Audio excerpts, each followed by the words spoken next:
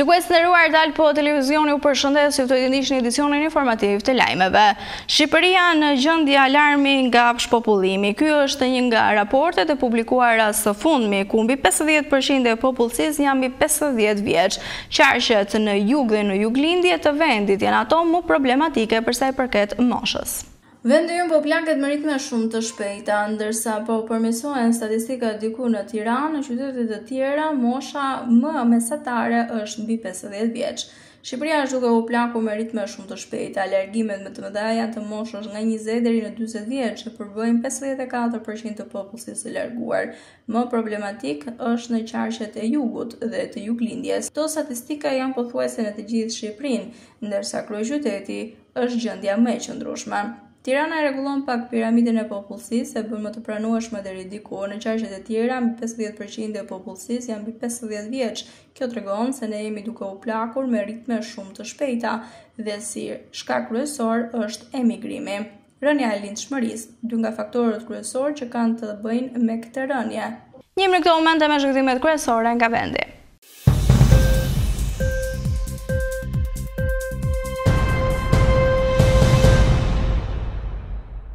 Ministri i Brendshëm Ervin Hoxha ka kërkuar të ndërmerrë masa për parandalimin, ndërhyrjen e shpejtë, efikase në raste zjarresh, por edhe për identifikimin dhe ndëshkimin e çdo autori të zjarrvënieve të qëllimshme.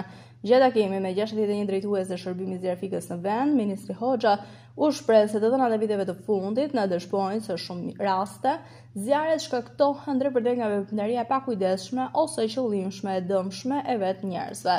Duke folur për problematikat e zjarrvënieve të qëllimshme, ministri i Brendshëm kërkoi që të hetohet çdo rast dhe të procedohet penalisht kushdo që me dashje apo nga pakujdesia shkakton zjarr në mënyrë të qëllimshme.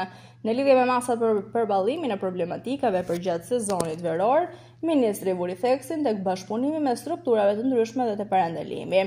Për sa i përket bashkëpunimit institucional, ministri Hoxha theksoi se po punon ngushtë me Agjencinë Kombëtare të Mbrojtjes Civile, Ministrinë e Mbrojtjes për të rritur kapacitetet në luftën kundër zjarreve, ndërsa kërkoi një angazhim të menjëhershëm të strukturave të shërbimit zjarfikës me qëllim parandalimin përpara ndërhyrjes.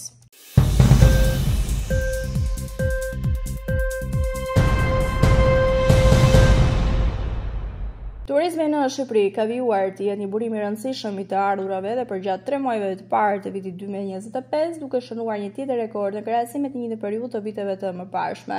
Sipas të dhënave zyrtare, në 3 mujorin e parë të këtij viti, turistët e huaj kanë shpenzuar 874.036 milionë euro në Shqipëri, një rritje me afro 11% krahasuar me të njëjtën periudhë të vitit 2024 dhe 40% më shumë se në të njëjtin 3 mujor të vitit 2023. Në raport me vitin 2019, përpara pandemisë, shpenzimet janë më shumë se dyfishuar, çka tregon qartë një ngritje të qëndrueshme të pozicionit të Shqipërisë në hartën turistike. Në të njëjtën kohë, edhe shpenzimet e shqiptarëve jashtë vendit ka shënuar një rritje të ndjeshme duke reflektuar trendin e rritjes së udhëtimeve jashtë për qëllime turistike. Megjithatë, bilanci neto i turizmit mbetet pozitiv për ekonominë shqiptare, ku diferenca midis shpenzimeve të turistëve të huaj në vend dhe atyre të shqiptarëve jashtë ka arritur në 295.32 milionë euro, niveli më i lartë ndonjëherë për një 3 mujor të parë. Shqipëria konfirmohet si një vend që fiton më shumë nga turizmi se sa që shpenson për të paktën në bilancin ekonomik.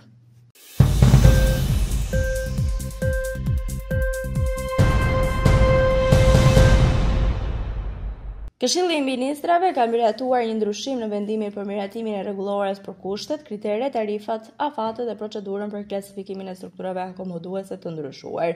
Në mbështetje të ligjit për turizmin të ndryshuar me propozimin e Ministrit të Turizmit dhe Mjedisit, Këshilli i Ministrave vendosi që deri në nënshkrimin e marrëveshjes me agjencia për organizata ndërkombëtare të mirënjohura në fushën e vlerësimit të strukturave akomoduese sipas përcaktimeve të bëra në pikën 1 të nenit 7 të kësaj rregullore. Verifikimi dhe vlerësimi për klasifikimin e strukturave akomoduese me 4 apo 5 yje që janë mbajtës së një marke tregtare të regjistruar të njohur ndërkombëtarisht brand name, bëhet nga Ministria Përgjegjëse për Turizmin me aplikim të vet si përmarrësi turistik.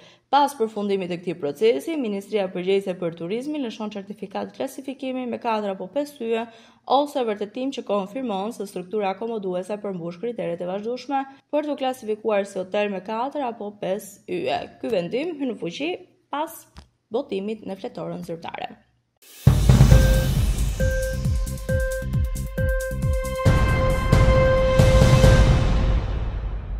Në tregjet shqiptare e muajin që lan pas, çmimet u ndërhoqën paksa. Statistikat tregojnë se inflacioni në maj ra me 0.3% krahasuar me prilin, por nëse i krahason çmimin me ato të majit të vitit të kaluar, ndryshimi është pothuajse i paprekshëm, vetëm me 2.2% më shumë. Për shumë qytetarë që nuk përkthehet në ndonjë lehtësim real, në treg 1 kilogram tomate vazhdon të kushtojë sa një kafe në qendër të Tiranës. Edhe vezët që dikur ishin simbol ushqimit të lirë sot janë kthyer në luks për disa familje. Ekspertët thonë se ekonomia po e gjen dalkadal qetësinë pas valve të forta të çmimeve që solli pandemia, lufta në Ukrainë e të tjera zhvillime, por pyetja që mbetet është kur do të dihen vërtet në xhepin e qytetarëve.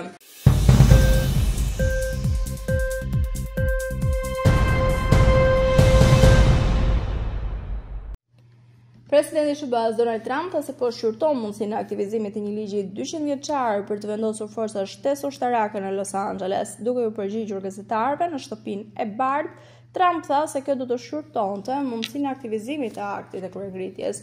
Një ligj i vitit 1807 që u lejon presidentëve të dërgojnë trupa për të rivendosur rendin publik në situata të caktuara emergjente.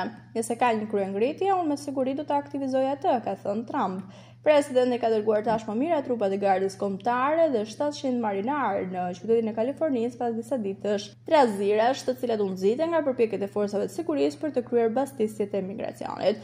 Protestat u dukën se u qetësuan përgjatë ditës së djeshme në mbrëmje, megjithëse policia e Los Angeles raportoi se teksa demonstruesit po shpërndaheshin, agitatorët dhe keqbërësit brenda turmës plaçkitën biznesin dhe vandalizuan pronat.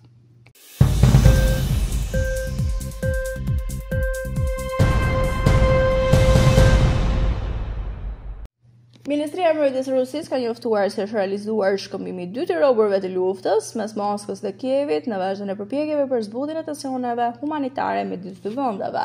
Sot një grup i dytë ushtarësh rus është riadresuar nga territori kontrolluar nga regjimi i Kievit. Në këmbim, një grup të burgosur ish lufte u dorëzuar nga forcat armatosura të Ukrainës. Thuhet në deklaratën zyrtare të Ministrisë së Mbrojtjes së Rusisë, cituar nga agjencitë ruse TASS, RIA Novosti dhe Interfax.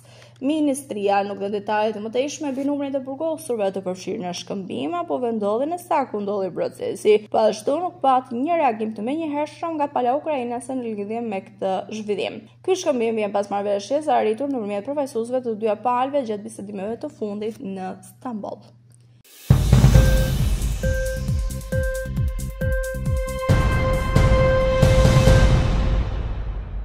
Ishte gjithçka e përgatitur për këtë edicion informativ lajmesh. Unë ju falenderoj për vëmendjen tuaj. Bashkë mirëpafshim.